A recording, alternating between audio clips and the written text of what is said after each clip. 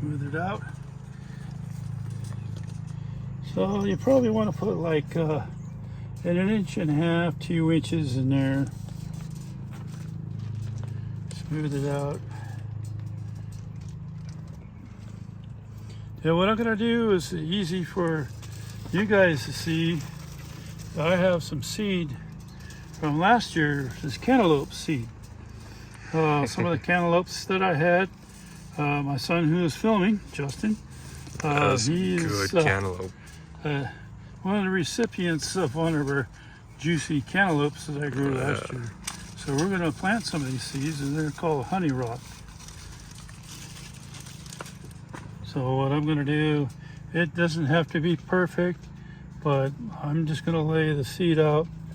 Yeah, somewhat spacing a little rows, a couple inches apart. Again, you know, when they start to grow up and up, a couple inches, 3-4 inches, then you want to separate them and put them in 6-packs or 4-inch pots. And I'm just kind of laying these in here and there. And you know, everybody has a method to their madness. You know, whatever suits them, whatever they're comfortable with. I'm just not going to just throw a handful in there and then cover up and say, okay, I'm done. Kind of little semblance here.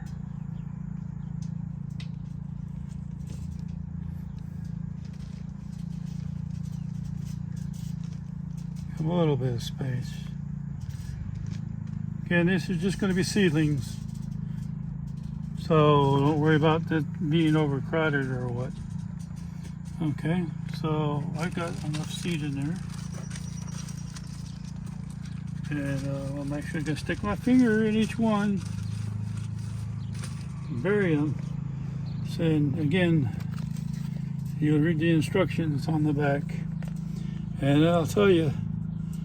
Sow in fertile, warm soil and full sun after all danger of frost. So 4 to 6 seeds, about 3 inches apart, in hills 4 to 6 inches, or 4 to 6 feet apart. Cover with 1/2 inch of fine soil. Firm lightly and keep evenly moist. The seeds will start to come out in 7 to 10 days. Predominantly, most seed comes out within a week, week and a half. So I'm going to bury these. 1 inch is up to my knuckle on my finger, in case you're wondering. So I'm just poking them in.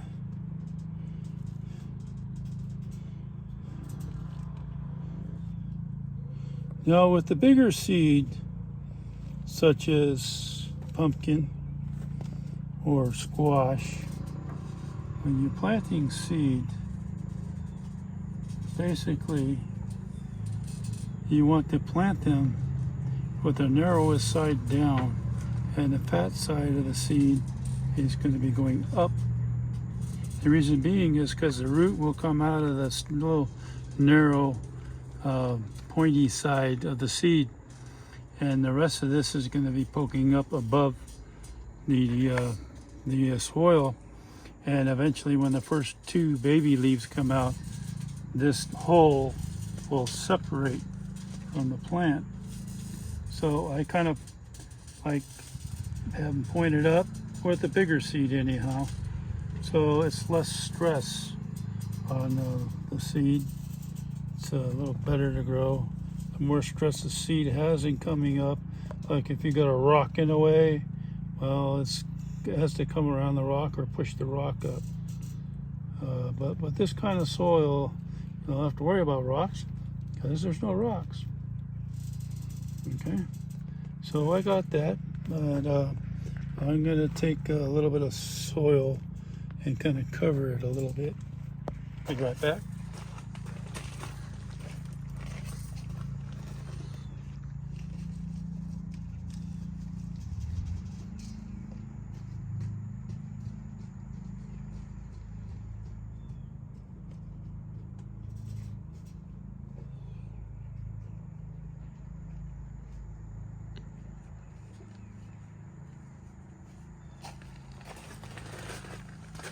So I just kind of lightly cover.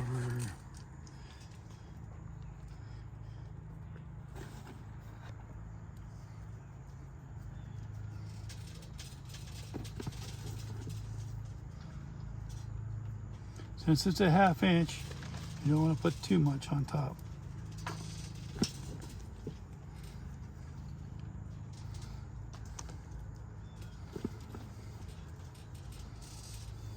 Okay, we got that, then I'm going to just lightly tamp things down so it's a little firm.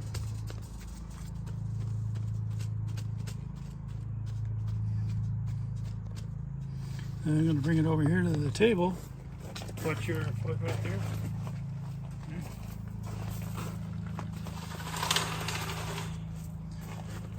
I'll pick this up.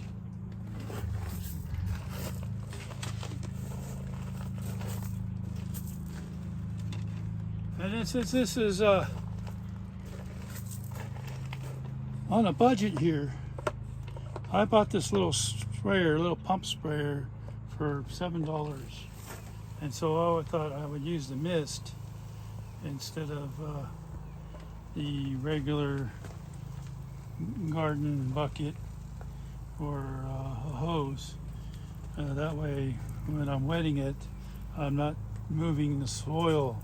I'm actually soaking it with like a mist or kind of like an in-between spray mist like I have now. I just pump this up. It's a 4-quart. It's fairly cheap and simple for a Norm's greenhouse on a backyard budget. And that's what I mean. I'm using stuff that I have already around the house, if possible. Kind of being like a MacGyver. And also I shopped around for different stores for cheaper prices and see what I can get at a cheap price. So again, I'm watering here, and when it starts dripping on the bottom, then I know the soil's pretty well soaked, and I let this sit. For seed, you want to come down to the greenhouse every day, check on it, make sure that the soil is moist. You don't want the soil to dry out when you're growing seed. That's probably the worst thing you can do. And you don't want to grow seed when like it's -5 degrees outside. Being in the greenhouse, a little more of a controlled environment. It's warmer. I don't have a thermometer in here yet, but I will, so that I can be in control of how much heat I'm getting in here and how cold it is. If it gets too cold, one of the remedies of keeping your greenhouse warm is having jugs of water sitting around in your greenhouse. Because during the daytime heat, it heats up the jugs, and then during the night, it releases that heat from the water. It's kind of a pretty cool idea. Also, if you have a chance to go solar, there are things out in the market that you can do solar with, such as solar heat, propane heat maybe, and also for air. There's stuff out on the market where you need airflow through the greenhouse. It gets too hot. And you can open the windows. I have some windows here that are covered in a mesh, so birds can't fly in here and what have you. And so that kind of helps with the control. The greenhouse is more of a controlled environment. That's what it's all about. You control and you grow your plants. You grow your plants from seed on up. That's what it's all about. Anyhow, as you can see, the perlite is pretty noticeable now. Perlite being all the little white pebbles in this, and that X is making things porous. Again, it's starting to drip on the bottom, so I know I got enough water on it, and it's soaked. You want to check on it, like I said, daily. Depending on how hot it is, might want to come down to the greenhouse several times to check and make sure that your soil is moist when you're first planting seed. Now again, when plants are growing, there are some plants where you have to be careful putting water on the plants. You just want to water the base. Tomato plants actually are one of them. Tomatoes can actually burst with too much water. And there are some other flowering plants where you get the mildew on them if you put too much water on the plant itself. So you have to direct the water to the base of the plant. So there are a lot of factors involved. But here, I show you the tables. If you look around, the greenhouse tables are pretty expensive. And generally they're made out of plastic and metal. Mine's wood, metal. And the wood here is a treated wood. So it's going to take a number of years for it to rot. So that's pretty good treated wood. And you can ask for that when you get it from your hardware store or lumber yard. And the grid, the wire, there's rolls of wire out there, different gauges. It's up to you what you want.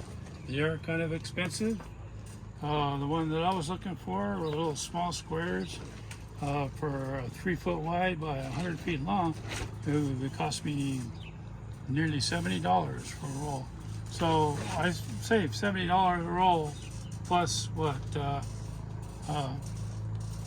chicken wire tacks, to tack it down.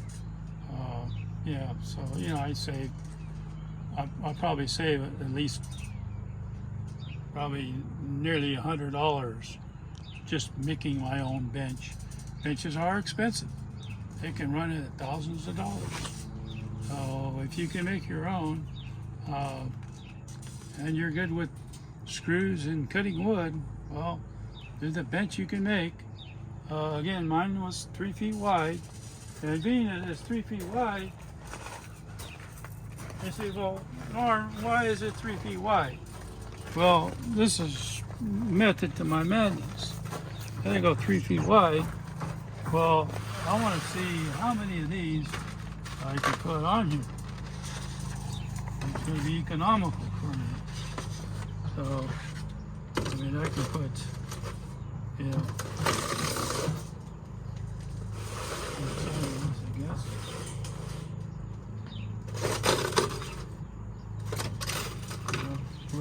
Whatever way you want. I can put them at least 3 wide. Have 4 down here. I do it like that if I want. So I can pretty much, utilize everything. I still got a little space in between.